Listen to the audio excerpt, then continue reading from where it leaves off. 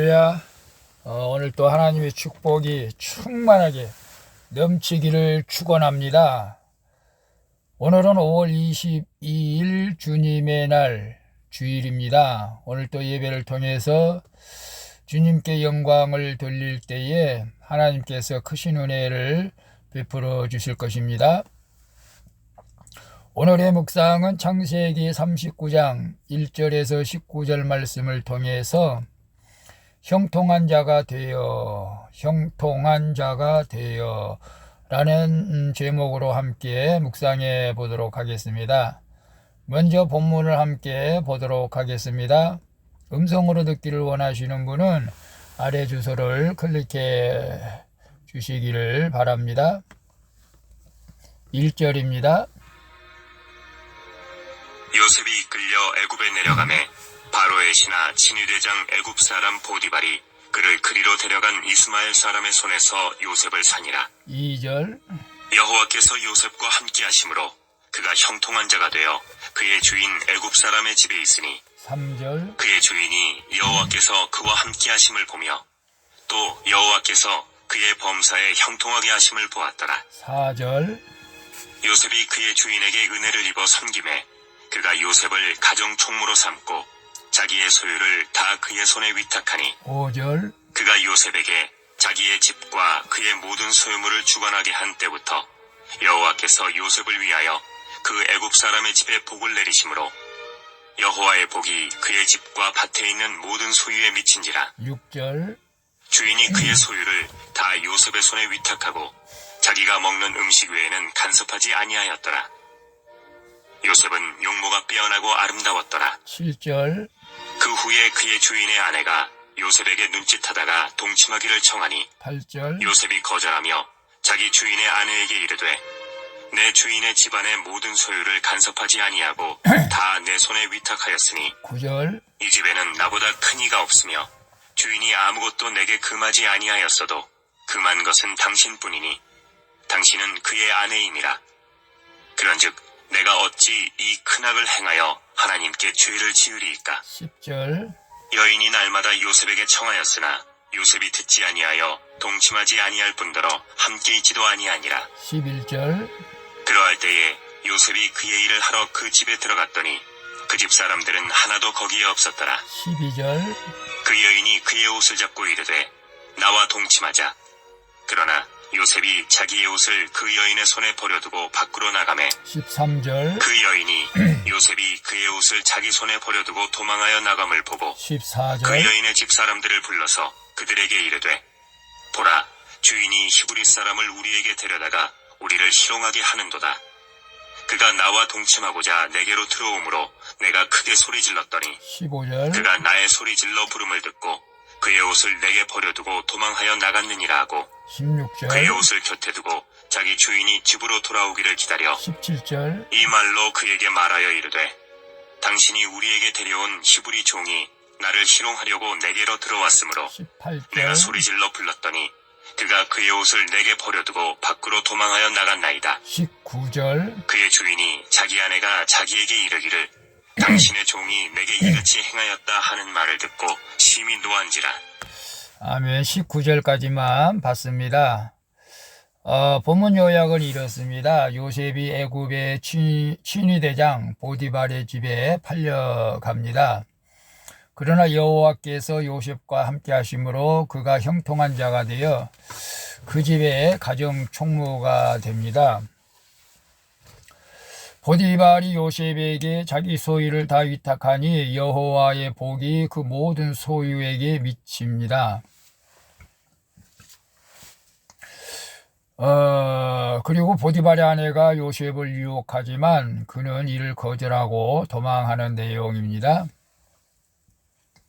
질문과 묵상하기 1. 비록 억울한 상황이 있다 할지라도 하나님이 나와 함께 하심을 믿고 내가 지금 질서에 순종하여 섬겨야 할 사람은 누구입니까?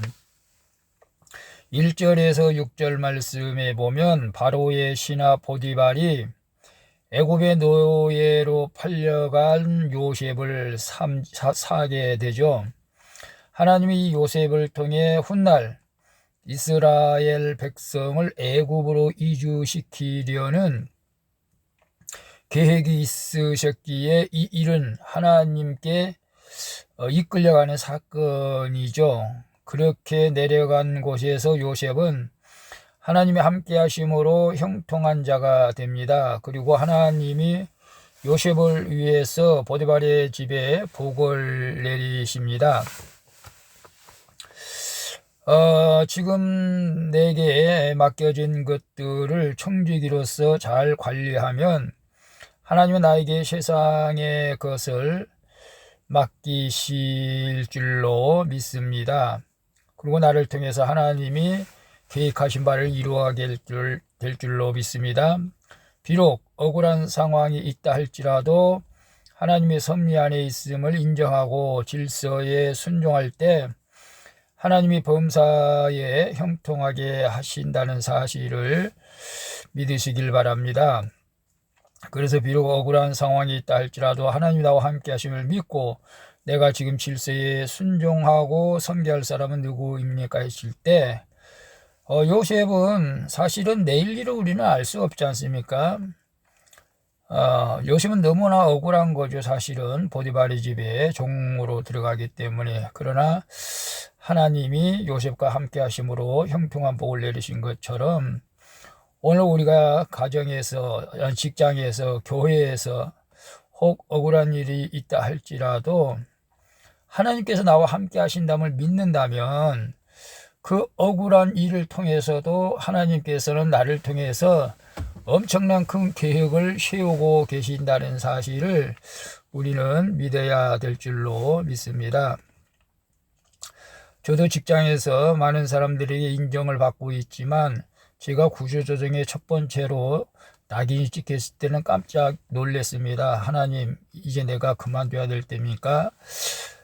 그만두라면 그만둬야겠지만 이런 식으로 그만두면 하나님께 영광을 돌리지 못할 것 같사온데, 왜냐하면 일을 못하는 순으로 자르고 연장자 수로 자르고 그런 말이 있었기 때문에 그렇죠. 그러나 지금은 또 그만두려고 해도 그만둘 수가 없는 상황이 되어버렸습니다. 계속 일을 할 수밖에 없는데, 오늘 우리가 억울한 상황이 있다 할지라도 하나님이 나와 함께 하신다는 사실을 믿으면 그 억울함을 통해서 하나님의 놀라운 일들을 이루어가게 될 줄로 믿습니다.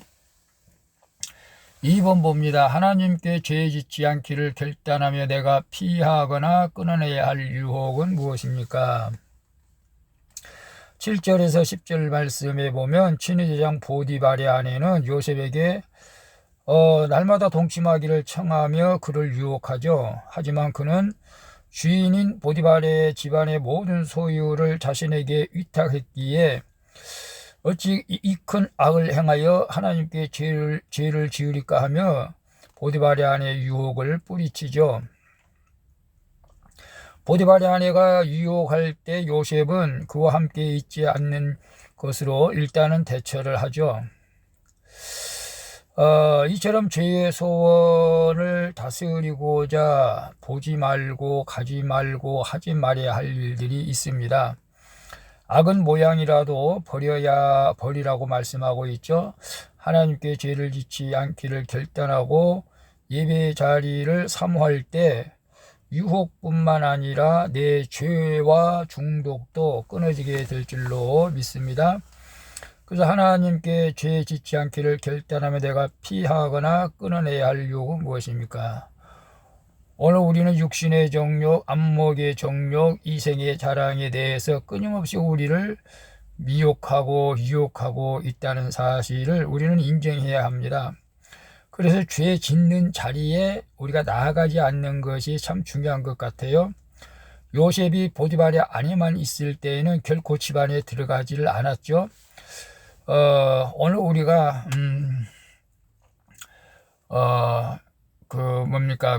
하와가 그 선악과를 볼 때 먹음직하고 보암직하고 탐스러울 만큼 이렇게 아름답게 보였기 때문에 죄를 진 것입니다. 오늘 우리가 죄 짓지 않기를 결단했다면 죄를 범하는 그 죄의 장소에 우리가 나가지 않기를 바랍니다. 남을 판단하는 자리에 나가서 또 나도 남을 판단하는 죄에 짓지 않기를 바랍니다. 물론 직장에서 회식의 자리에 안 나갈 수가 없는 상황이다 할지라도 오늘 우리가 그런 자리에서도 우리가 죄 짓는 죄와 싸우는 그런 모습으로 살아갈 수 있기를 축복합니다. 3번 봅니다. 나를 계속 힘들게 하는 정욕은 정욕의 문제는 무엇입니까? 그걸 어떻게 대처하고 있습니까? 11절 19절 보면은 보디발의 아내는 집에 아무도 없는 틈을 타서 요셉을 붙들고 유혹을 하죠. 하지만 요셉은 자기 옷을 버려두고 도망을 칩니다. 요셉은 유일한 재산이자 체면인 옷을 버려두고 도망갈 정도로 하나님의 눈을 의식하며 살아왔습니다. 한편 보디발의 아내는 자기 뜻이 이루어지지 않자 요셉을 참수하고 그 남편 보디발에게 말합니다. 자기를 겁탈하러 왔다고요. 그 말을 들은 보디발은 요셉에게 힘이 도와줘. 정욕의 문제는 대적하기보다 피하고 도망가야 합니다. 사람보다 하나님을 더 경외할 때 모든 사건에서 자신의 죄를 깨닫게 되는 것이죠. 그러면 사건을 말씀으로 해석하여 올바른 적용을 할 수가 있게 될 줄로 믿습니다. 나를 계속 힘들게 하는 정욕의 문제는 무엇입니까? 그것을 어떻게 대처하고 있습니까? 그래서 저는 그 독신주의자를 선호하지 않습니다. 하나님께서는 이런 정욕의 문제를 해결하기 위해서 반드시 결혼을 하라고 말씀을 하고 있죠. 부부지간에 원만한 결혼 생활할 때는 이 정욕의 문제는 다 해결될 줄로 믿습니다. 그러나 혼자 살고 이럴 때 참 이 문제를 참 대처하기가 쉽지 않을 줄 압니다. 언젠가 뉴스에 할아버지가 손녀를 갖다가 또 겁탈았다는 뉴스를 때 누구나 이 정욕의 문제를 해결하지 못하고 누구나 죄를 지을 수 있다는 사실을 우리는 알아야 되고, 그래서 죄의 자리에 나가지 않기 위해서 우리는 날마다 말씀 앞에서 우리의 죄를 바라보며 회개하며 성령님과 동행할 때에 우리는 죄의 자리에 나가지 않고 죄와 싸워 이기게 될 줄로 믿습니다. 기도하겠습니다. 주님, 지금의 환경이 하나님의 섭리 안에 있는 것을 인정하지 못해 불평과 원망 가운데 살아왔음을 회개합니다. 어떤 상황에서도 하나님의 주권을 인정하며 주위의 사람들을 잘 섬김으로 범사에 형통하게 하여 주옵소서. 하나님을 경외함으로 죄의 유혹을 단호하게 피하고 끊어내도록 도와주시옵소서. 그리고 늘 주님의 마음을 가지고 살아갈 수 있도록 도와주시옵소서. 늘 나와 함께 하시는 예수 그리스도의 이름으로 기도합니다. 아멘.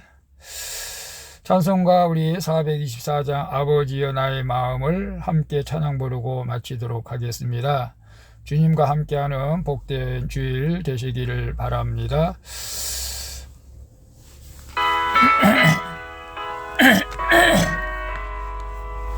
아버지여 나의 마음을 맡아 주관하시고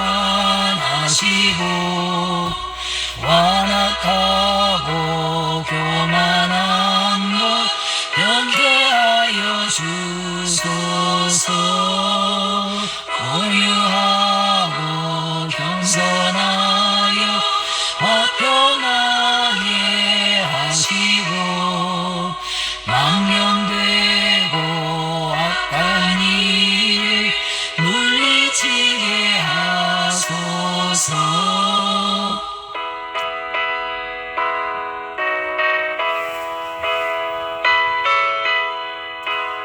우리들 성령 안에서 깨어있지 않으면 누구나 넘어질 수 있음을 기억하시고 오늘도 깨어 기도하는 우리 모두가 됩시다.